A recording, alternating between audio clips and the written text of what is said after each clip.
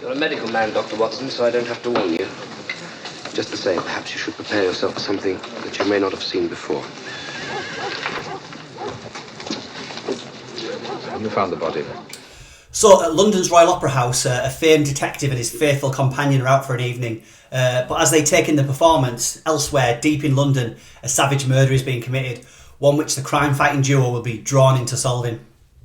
You see, in 1888, one of history's most infamous serial killers ran amok in the Whitechapel district of Victorian London. Jack the Ripper, as the killer came to be known, was never caught. But imagine for a minute that he was. Who better to have caught him than the greatest detective of all time, Sherlock Holmes? This is Murder by Decree. Let's check it out.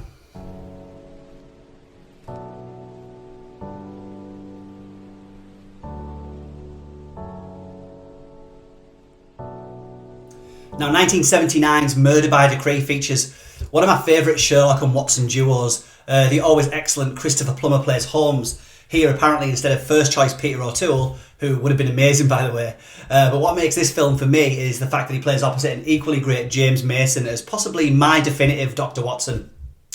So the basic premise of the film is Holmes, and Watson of course, versus Jack the Ripper. A very similar plot to 1965's A Study in Terror starring John Neville as Sherlock.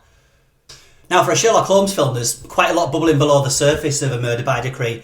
We have everything here from police corruption to psychic powers, a killer that may or may not be supernatural, as well as the sleuths becoming embroiled in a mission to expose something bigger and far more dangerous that could bring down the British monarchy.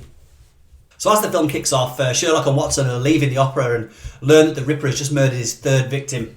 Very soon after, Holmes is approached by a group of Whitechapel shopkeepers who are concerned about blood and guts being bad for business. I'll be straight with you, Mr. Holmes. We've all got shops down in Whitechapel. Well, it's all right if you're on the main road. But if you ain't, well, no one goes off the main road. Not day nor night, they don't. Well, to be honest with you, trade's fallen off something terrible. The early clues that the duo managed to gather inevitably lead to a lady named Mary Kelly, played by Susan Clark, a local prostitute who may hold key information. See, Holmes hopes to protect her from the Ripper and the men behind him, with, as history tells us, pretty disastrous results. Must you dwell on the beastly matter? Lestrade, you saw the other body. Yes, Mr. Holmes. Was she mutilated in the same way? Well, her throat was cut.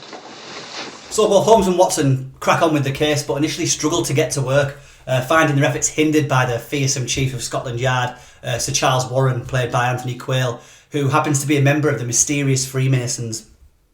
I am in my own employ, sir. This man and others inquired after my services. I have given them no reply as yet.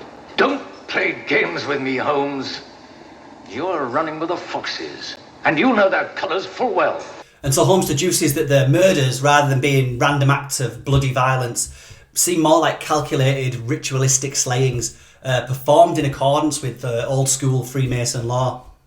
So along the way, Holmes and Watson get help from an infamous psychic, Robert James Lees, a bit of a bizarre turn from Donald Sutherland. Now, I know James Lees is an important part of Ripper history, but his inclusion here was a bit jarring for me, especially seeing as he's played by Sutherland.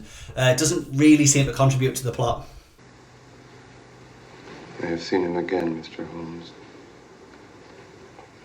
Another vision. No. No, this time in person. Now, I won't go into too many spoilers for the eventual reveal of what's going on, but it ultimately revolves around a lady named Annie Crook, a former prostitute now banished to an asylum as part of a huge conspiracy, as she was deep in with the upper echelons of English society.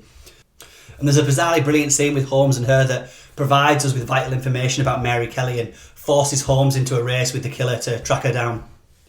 It's a scene that gives Plummer a chance to flex his acting chops, but quite odd in that it shows a more emotional side of Sherlock Holmes than certainly I'm used to seeing. Here he ends up in tears and going into a fit of rage at the asylum's establishment.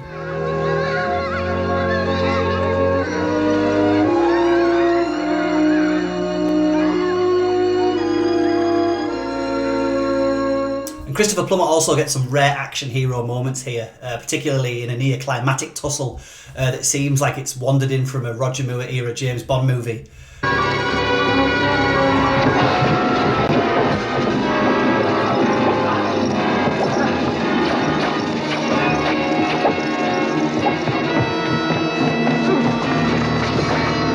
Plummer's a great actor without question, But like I mentioned earlier, Peter O'Toole was originally considered for this role, and I would have loved to have seen Toole as Holmes.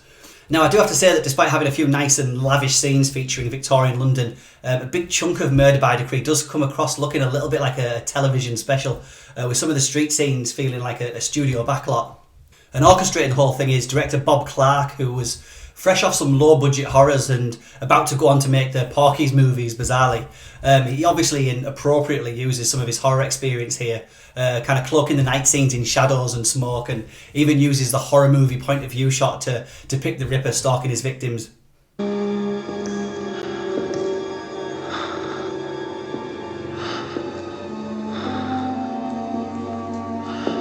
And I do like the fact that in this film we see London during the day, all ornate rooms and horses and carriages and stuffy Victorian culture, but as soon as the night falls, all the fog comes down and the city turns into a bit of a lawless hellhole. So fusing the Jack the Ripper legend with Sherlock Holmes is a great concept, and the fact that these murders went unsolved opens the subject up to all sorts of theories and possibilities. And to be honest, even though Murder by Decree plays with some pretty wild possibilities, it does actually manage to present a pretty plausible argument and explanation.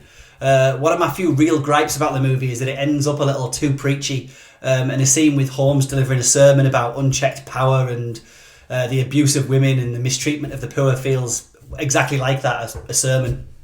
You create allegiance above your sworn allegiance to humanity. You will not feel for them or acknowledge their pain. Ultimately, 1979's Murder by Decree is a very respectable entry into the Sherlock Holmes filmography. Plummer does a good job as the great detective, but he's still behind the likes of Peter Cushing and Basil Rathbone and even the great Jeremy Brett, who smashed it on TV throughout the 80s and early 90s. Murder by Decree might not be the best Sherlock Holmes outing on either the big or small screen, but it still mixes a classic detective story, a haunting serial killer legend, and masses of conspiracy. Go check it out. Are you alone? Yes, yes. Come, it's not safe on the streets. Oh, God bless you. Get up.